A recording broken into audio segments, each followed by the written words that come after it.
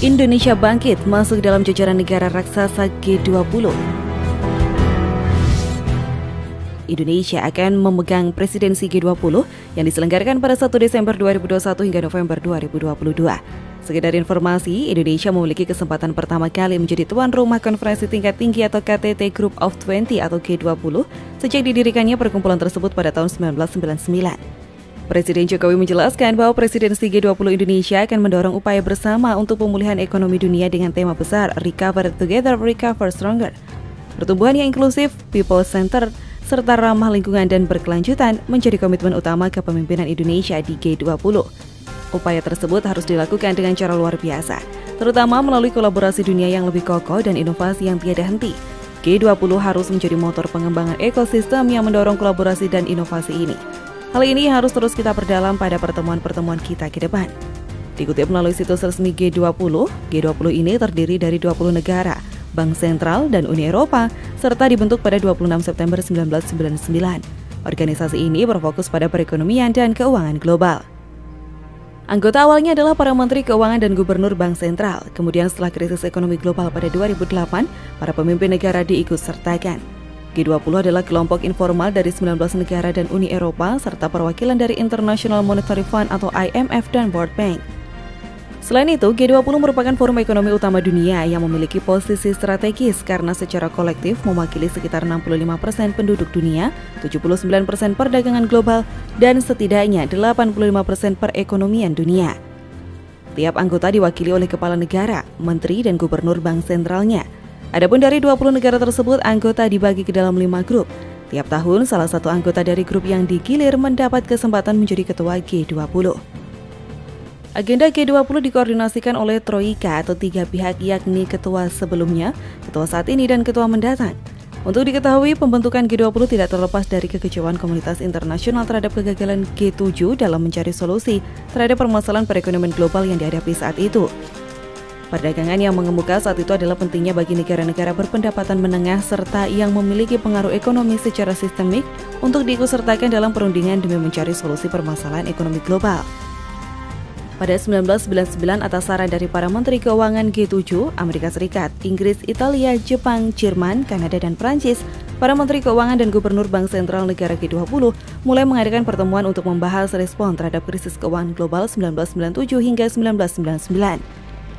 Sejak saat itu, pertemuan tingkat Menteri Keuangan dilaksanakan secara rutin pada musim gugur.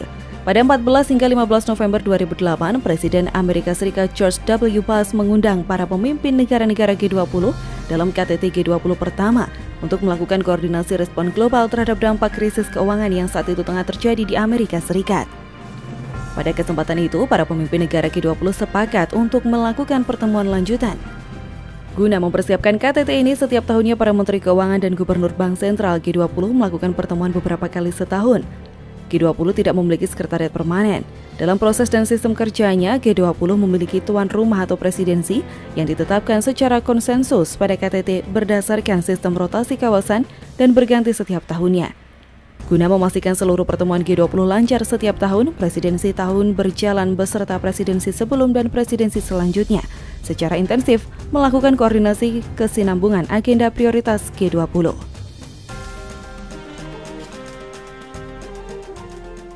Sesi foto G20 Jokowi di depan dan di tengah pemimpin dunia. Saat ini sedang berlangsung KTT G20 di Roma, Italia.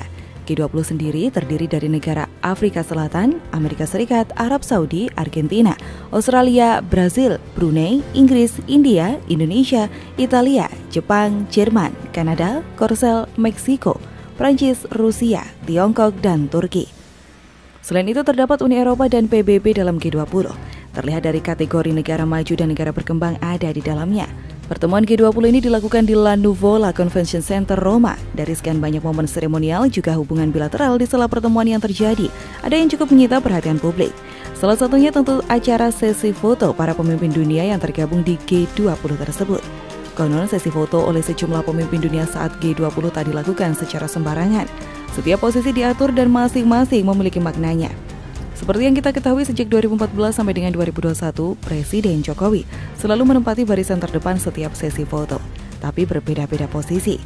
Nah, yang menarik saat sesi foto di Roma saat ini, posisi foto Presiden Jokowi selain di barisan terdepan, seperti biasanya juga terdapat di tengah-tengah, diapit Sultan Bolkiah Brunei Darussalam dan Perdana Menteri Italia Mario Draghi. Lantas, apa maknanya? Perlu kiranya sebelumnya diketahui saat ini berbagai persiapan tengah dilakukan Indonesia untuk menjadi tuan rumah KTT G20 pada 2022. Tongkat estafet presidensi G20 akan diserahkan secara resmi oleh PM Italia kepada Presiden Jokowi pada 30 hingga 31 Oktober. Maka dengan demikian sejak penyerahan tongkat estafet tersebut praktis, Presiden Jokowi menjadi presidensi G20 sampai pada akhirnya pada KTT G20 di Bali, Indonesia sebagai tuan rumah berlangsung dan kemudian menyerahkan kepemimpinan dunia yang lain. Jadi dapat dimaknai foto tersebut sebagai simbol posisi Presiden Jokowi yang selanjutnya sebagai pemimpin atau presidensi di dalam KTT G20 yang akan datang. Indonesia adalah negara kelima di Asia yang menjadi tuan rumah KTT G20. Selain itu, makna berikutnya terkait posisi Indonesia yang memang sejak Presiden Jokowi menakodai Republik ini dipandang sangat penting oleh negara lain. Setidaknya rasa nasionalisme yang terpatri pada diri Jokowi tak mau negara kita dipandang remeh oleh bangsa lain. Terlebih kesuksesan Indonesia dalam mengatasi pandemi COVID-19 sejauh ini memiliki nilai plus tersendiri di hadapan negara peserta KTT G20.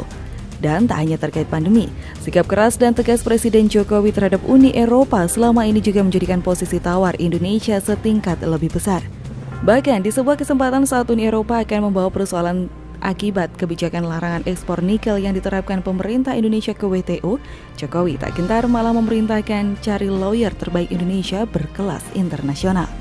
Ini menandakan negara kita, Indonesia, di bawah kendali Presiden Jokowi tak mudah didekte oleh kekuatan asing dengan segala kepentingannya, termasuk dari sisi ekonomi. Melimpahnya sumber daya alam yang dimiliki Indonesia menjadi salah satu kekuatan yang tak bisa dipandang sebelah mata oleh bangsa lainnya. Dunia pun terpaksa harus menoleh ke Indonesia saat bangsa, pemimpin negara lain, kelompok atau elemen dunia sibuk bicara ancaman perubahan iklim atau global warming berbusa-busa. Presiden Jokowi pun gerak cepat, tak banyak teori. Presiden Jokowi langsung terjun dan menyemplung ke laut, menanam mangrove bersama rakyat dan penggiat pecinta alam. Di saat kunjungan kerja di daerah yang dekat dengan pantai, itu adalah sebuah simbol agar dilanjutkan pihak terkait. Jadi begitulah karakter Presiden Jokowi sedari wali kota, Gubernur DKI Jakarta, kemudian Presiden Indonesia, tak ada yang berubah. Jadi mungkin masih saja banyak para pembenci Jokowi yang selalu mengungkit soal aksi saat Jokowi masuk korong-korong kala menjadi Gubernur DKI Jakarta untuk cek kondisi saluran air. Padahal itu semua dilakukan untuk warganya, tapi dipandang pencitraan dan sebagainya. Hanya jenis pribadi yang kerdil hati dan cepat cara berpikirnya melihat kondisi yang ada. Well, apapun itu, seorang Jokowi tak akan mampu berusaha menyenangkan semua pihak. Sudah pasti ada kepentingan-kepentingan yang bersembunyi dan kemudian membuat narasi sebaliknya dengan berbagai cara dikonsumsi dan ditelan mentah-mentah oleh para pembenci.